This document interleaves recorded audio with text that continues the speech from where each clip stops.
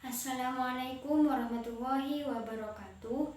Saya di sini akan mempresentasikan pelajaran ekonomi yang dibimbing oleh Ibu Lina Dwi Apriani tentang WTO.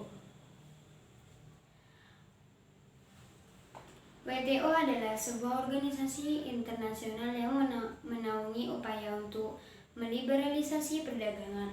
Organisasi ini menyediakan aturan-aturan dasar dalam perdagangan internasional, menjadi wadah perundingan, konsesi, dan komitmen dagang bagi para anggotanya, serta membantu anggota-anggotanya menyelesaikan sengketa dagang melalui mekanisme yang mengikat sejarah hambatan perdagangan lainnya, yang diharapkan akan memajukan ekonomi dan meningkatkan taraf hidup masyarakat.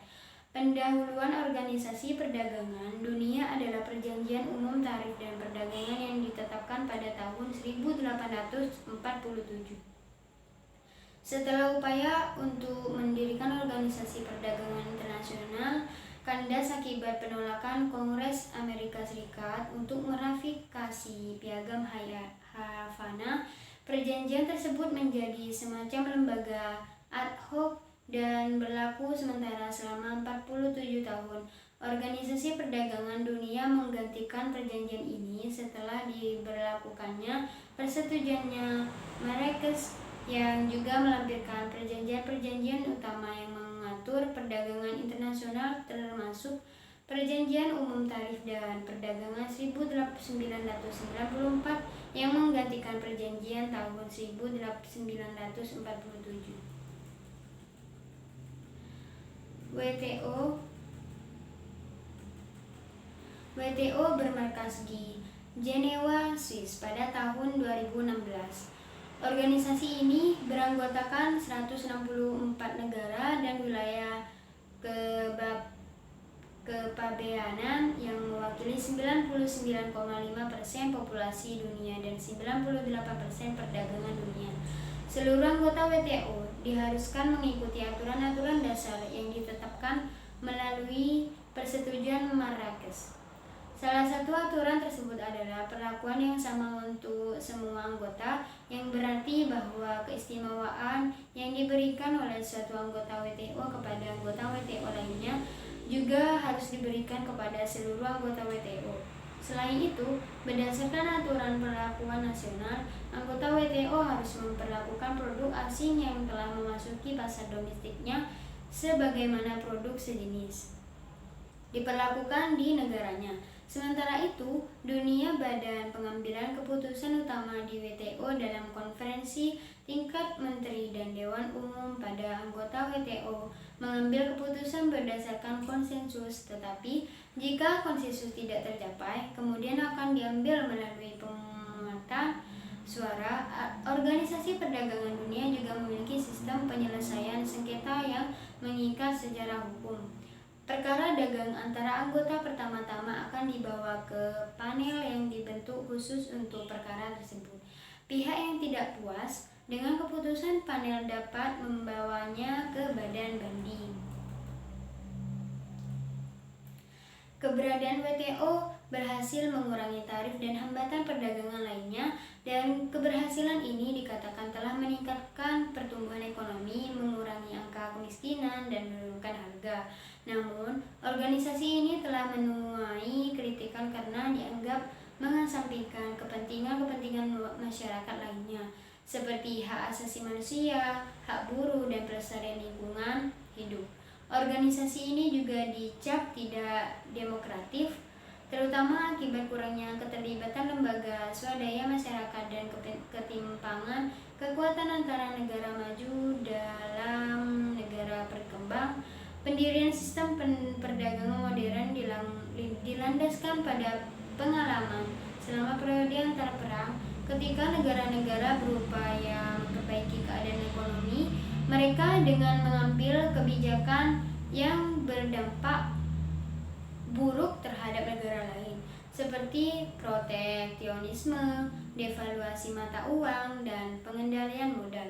Contohnya adalah Undang-Undang Hawley tahun 1930 di Amerika Serikat yang menaikkan tarif dari 38%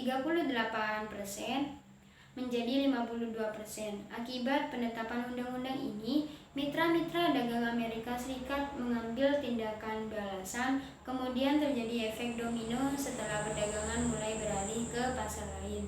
Karena negara yang menjadi pasar baru tersebut lalu juga mengambil tindakan proteksionisme yang lagi-lagi berujung pada tindakan balasan.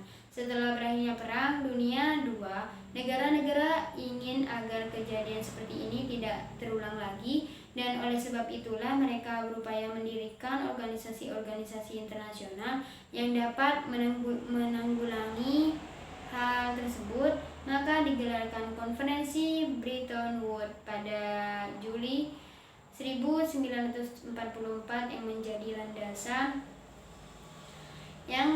landasan Agustus sampai Oktober 1944 yang akhirnya berujung pada pendirian Perserikatan Bangsa-Bangsa Maret 1948 yang melahirkan Piagam Havana. Piagam ini merupakan kerangka hukum bagi sebuah lembaga internasional yang dapat mengurus perdagangan antar negara, yaitu Organisasi Perdagangan Internasional, bahasa Inggris, disingkat ITO.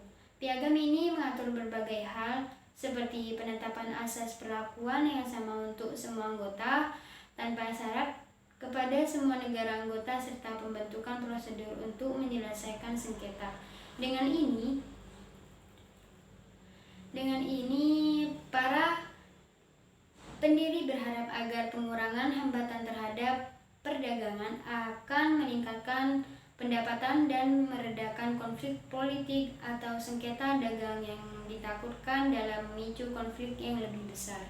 Sementara itu, di Lake Success, New York pada awal tahun 1447 ditetapkan Perjanjian Umum Tarif dan Perdagangan yang merupakan hasil perundingan antara 23 negara, yaitu 12 negara maju dan 11 negara berkembang. Perjanjian ini mulai berlaku pada tanggal 1 Januari 1948 untuk sementara waktu sembari menunggu peresmian Piagam Havana. Namun, Kongres Amerika Serikat menolak meratifikasi Piagam Havana dan karena mereka merasa ITO akan terlalu membatasi kedaulatan Amerika Serikat.